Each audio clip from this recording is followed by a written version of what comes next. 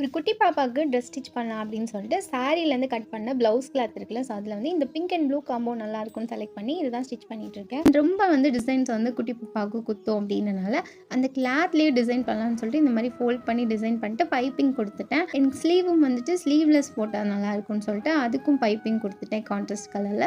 அதுக்கப்புறம் ஸ்கெட் வந்து ரெடி பண்ணி அதுக்கப்புறம் உள்ளே கூட தச்சு திருப்பி அப்புறம் நீட்டாக 2 பீஸையும் ஜாயின் பண்ணிட்டேன். ஃப்ரண்ட்டில் வந்து அந்த ஸ்கெட் கிட்ட கொஞ்சம் டிசைனாக இருக்கணும் அப்படின்றதுக்காக இந்த மாதிரி டேசல் ரெடி பண்ணி ஜாயின் பண்ணிட்டேன். அதுக்கப்புறம் வந்துட்டு சைட்ஸை ஜாயின் பண்ணுற வேலை தான். பட் அதுக்கு முன்னாடி இந்த மாதிரி ஃப்ராக்ஸ்லாம் வந்து பேக்கில் வந்து கட்டுற மாதிரி ரோப் கொடுத்துருப்பாங்கள்ல. ஸோ அதுவும் ரெடி பண்ணி சைட்ஸில் வச்சுட்டு ஃபைனலாக வந்து நம்ம 2 சைட்ஸையும் வந்து அட்டாச் பண்ணுறது தான்.